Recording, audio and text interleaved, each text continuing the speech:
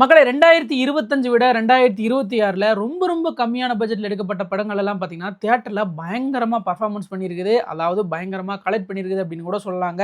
2026 முதல் பாதியில டாப் 5 திரைப்படங்கள், அதாவது கம்மி பட்ஜெட்ல எடுத்து அதிக கலெக்ஷன் பெற்ற டாப் 5 திரைப்படங்கள். மக்களே இந்த மாதிரி இன்ட்ரெஸ்டிங்கான அப்டேட் எல்லாம் தெரிஞ்சுக்கிறதுக்கு நம்ம சேனலை மறக்காம சப்ஸ்கிரைப் இல்லைனா ஃபாலோ பண்ணிக்கோங்க.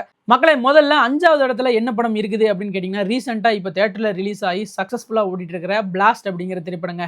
அர்ஜுன் அவர்கள் ஹீரோவா நடிச்சு ஒரு ஆக்ஷன் திரைப்படமா ரிலீஸ் ஆகிருக்கிற இந்த திரைப்படம் வெறும் 9 கோடியில் தான் எடுத்திருக்காங்க. ஆனால் இந்த திரைப்படம் இப்போ 40 கோடி வரைக்கும் கலெக்ட் பண்ணியிருக்குது. இன்னுமே தியேட்டர்ல பார்த்தீங்கன்னா ரொம்ப சக்சஸ்ஃபுல்லா ஓடிட்டு இருக்குது.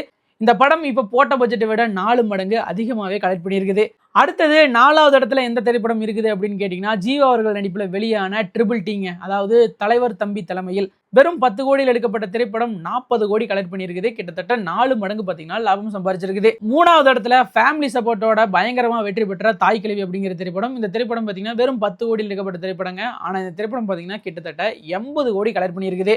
சொல்லப்போனா போட்ட காசை விட 8 மடங்கு பார்த்தீங்கன்னா அதிகம் லாபம் இந்த திரைப்படம் சம்பாதிச்சு கொடுத்துருக்குது. 2வது இடத்துல பார்த்தீங்கன்னா வித் லவ் அப்படிங்கிற திரைப்படம் இருக்குதுங்க. இந்த திரைப்படம் பார்த்தீங்கன்னா வெறும் 4 கோடியில் எடுக்கப்பட்ட திரைப்படம். இந்த திரைப்படமோட முடிவில் பார்த்தீங்கன்னா இந்த திரைப்படம் 39 கோடி கலெக்ட் பண்ணியிருக்குது. இந்த திரைப்படம் இப்போ 2வது பிளேஸ் வரும் அப்படின்னு கேட்டீங்கன்னா, இந்த திரைப்படம் வெறும் 4 கோடியில தான் எடுத்திருக்காங்க. ஆனா 40 கோடி கிட்ட சம்பாதிச்சிருக்குது இல்லையா? கிட்டத்தட்ட 10 மடங்கு பார்த்தீங்கன்னா இந்த திரைப்படம் லாபம் கொடுத்திருக்குது.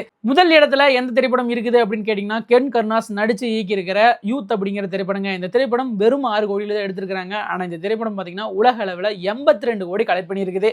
கிட்டத்தட்ட போட்ட முதலை விட 13 மடங்கு இந்த திரைப்படம் லாபம் சம்பாரிச்சு கொடுத்துருக்குது. அதாவது 2026 முதல் பாதியில் பார்த்தீங்கன்னா நம்பர் 1 திரைப்படம் அப்படிங்கிறது பார்த்தீங்கன்னா யூத் தாங்க. ஃபர்ஸ்ட் ஹாஃப் மாதிரியே பார்த்தீங்கன்னா செகண்ட் ஹாஃப்லையும் இந்த மாதிரி நிறைய திரைப்படங்கள் வரப்போகுது அப்படிங்கிற மாதிரி இருக்குதுங்க. கண்டிப்பாக இப்போ பிளாஸ்ட் அப்படிங்கிற திரைப்படம் சக்ஸஸ்ஃபுல்லாக ஓடிட்டு இருக்குது.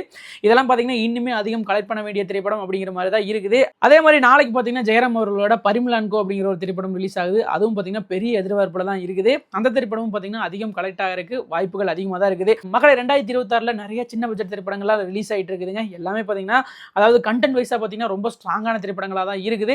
கண்டிப்பாக வந்து 2025 விட 2026 பெட்டராக தான் அமையும் அப்படிங்கிற மாதிரி தாங்க இருக்கு. இந்த 2026 முதல் பாதியில உங்களுக்கு பிடிச்ச படம் என்ன? கலெக்ஷன் பெருசாக பண்ணலினாலும் இந்த திரைப்படம் வந்து நல்ல படம்பா அப்படின்னு நீங்க நினைக்கிற படத்தை கமெண்ட் பாக்ஸ்ல மறக்காம கூட ஷேர் பண்ணிக்கோங்க. இந்த மாதிரி இன்ட்ரெஸ்டிங்கான அப்டேட் எல்லாம் தெரிஞ்சுக்கிறதுக்கு நம்ம சேனலை சப்ஸ்கிரைப் இல்லைனா ஃபாலோ பண்ணிக்கோங்க.